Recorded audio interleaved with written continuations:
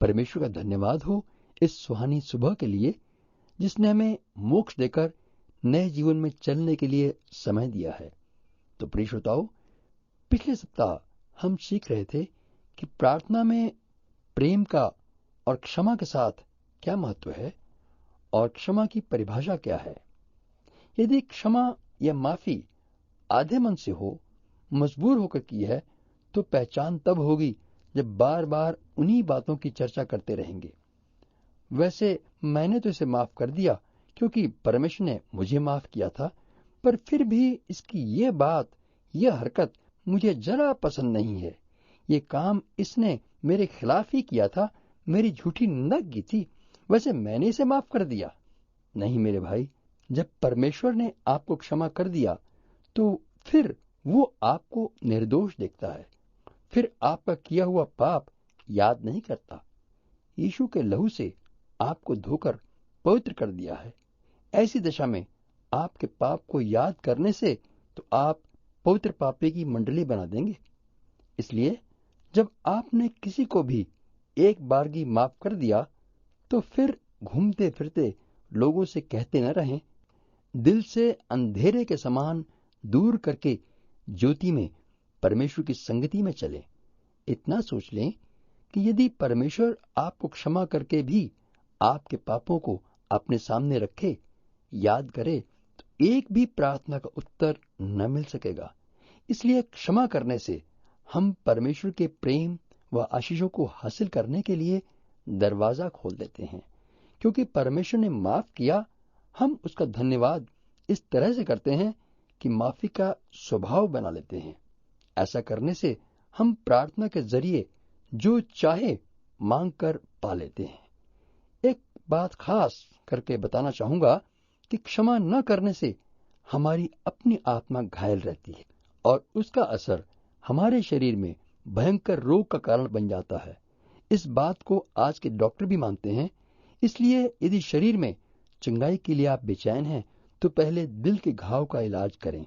फिर क्या गठिया, कैंसर, टीबी आदि भयानक से भयानक बीमारी भी गधे के सिर से सींग की तरह हट जाएगी।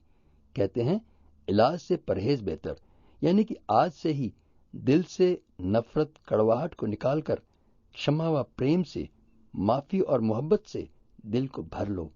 तब न होगा बांस, न बजेगी बांसुरी। इसलिए परमेश्वर के माफ करने के अनुग्रह को हम जितना ज्यादा पहचाने, उतना ही उसका असर हमारी प्रार्थना के जीवन पर पड़ेगा। परमेश्वर का क्षमा करने वाला प्रेम का गुण मानव जाति के लिए सबसे मुख्य वरदान है। ये बात हमारे दिल पर छा जाए तो हम विश्वास से प्रार्थना करने वाले योद्धा बन सकते हैं। तब हमारे जीवन में चारों तरफ प्रेम की खुशबू फैलती जाएगी। परमेश्वर के क्षमा करने वाले प्रेम की सामर्थ्य से हम भी परमेश्वर के स्वभाव में ढल सकते हैं। इसलिए अपने अधिकार, अपनी इज्जत, बड़ा नाम तथा अपराधी मित्र या पड़ोसी को सजा देने का ख्याल छोड़ना सीखें। किसी को चुभने वाली, दूसरे का मुंह तोड़ जवाब देने की बात कहना बंद करें और दिल में याद रखें कि मुझे परमेश्वर ने कहीं बढ़कर महान माफी दी है। यीशु के झूले के नीचे अपनी गर्दन लगा दें। उनका झूला हल्का है, सीखना आसान है। परमेश्वर की आज्ञाओं पर चलना कठिन नहीं, यदि हम स्वयं का त्याग कर परमेश्वर की आत्मा की भरपूर सामर्थ का सहारा ले लें। यीशु का लहू हमारी सारी स्वार्थ की भावना को दिल से साफ करके हमें शुद्ध करता है। वो हमें अपने सामर्थी दाहिने हाथ से लेकर चलता है। इसलिए हम यीशु के स्वभाव में चलने के कारण सामर्थ्य के साथ आसानी से विश्वास वाली प्रार्थना कर सकते हैं, उत्तर पा सकते हैं। इस तरह से परमेश्वर के साथ मेरा संबंध और लोगों के साथ मेरा व्यवहार मेरी प्रार्थना के जीवन को बता देता है। मेरे जीवन में दूसरे के प्रति घृणा के विचार और बुरे शब्द भी मेरी प्रार्थना के उत्तर में रुकावट का कारण बन सकते हैं। ये मेरा स्वभाव सिर्फ प्रार्थना के समय ही नहीं, बल्कि जब मैं प्रार्थना नहीं कर रहा तब भी ऐसा ही होना चाहिए। इस सारी शिक्षा का सारांश एक ही शब्द में छुपा है, प्रेम। क्षमा करने वाली आत्मा प्रेम करने वाली आत्मा है, क्योंकि परमेश्वर प्रेम है। वो क्षमा करता है। भाई व पड़ोसी के लिए हमारे प्रेम में परमेश्वर के प्रेम का सबूत है। यही प्रेम हमें दिलेरी देता है कि परमेश्वर के सामने दिलेरी से खड़े हो सकें कि हमारी प्रार्थना का उत्तर मिलेगा। इसे और स्पष्ट करने के लिए मैं परमेश्वर के वचन से पढ़ता हूँ। नए नियम में यूहन्ना की पहली पत्री उसका 4 अध्याय और 20वां वचन। यदि कोई कहे कि मैं परमेश्वर से प्रेम रखता हूँ और अपने भाई से बैर रखे तो वह झूठा है, क्योंकि जो अपने भाई से जिसे उसने देखा है प्रेम नहीं रखता तो वह परमेश्वर से जिसे उसने नहीं देखा प्रेम नहीं रख सकता। और फिर 3 अध्याय उसका 18 से 23 वचन तक।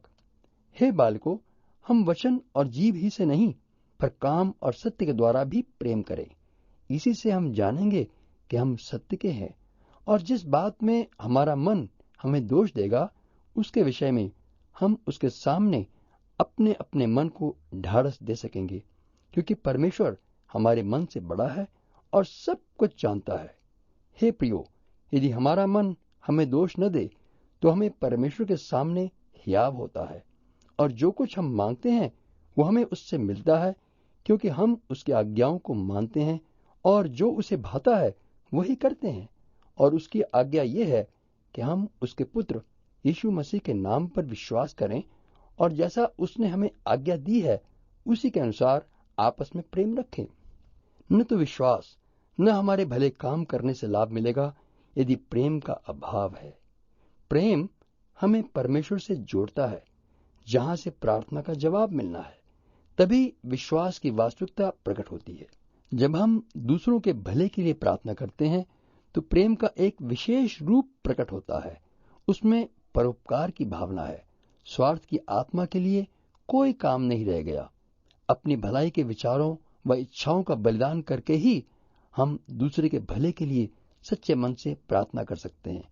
लेकिन यदि हम बिना अपना स्वार्थ हटाए दूसरों के लिए प्रार्थना करते हैं तो हम विश्वास में कमजोर और जीवन में थकान व हार का अनुभव करते रहते हैं। जब आप एक दुखी या बिगड़े व्यक्ति के लिए दुष्ट या पापी की तरफ देखते हैं तो मसीह के प्रेम को पहचानें जो इन खोए भटके हुओं के लिए आया। फिर उसी प्रेम व तहे दिल से उनके लिए प्रार्थना करें। तभी आप विश्वास वाली प्रार्थना का भेद समझेंगे और सफलता का अनुभव करेंगे। आइए प्रार्थना करें। सृष्टिकर्ता परमेश्वर, धन्यवाद है जो आपने मुझे दिखा दिया कि मैं आपसे क्षमा पाकर भी क्षमा के जीवन में नहीं चल रहा था। मुझे अपने यीशु के लहू से धो दें ताकि मैं अब से क्षमा करते हुए चलूं, ताकि आपका प्रेम मेरे जीवन से प्रकट हो। यीशु के पवित्र नाम में आमीन।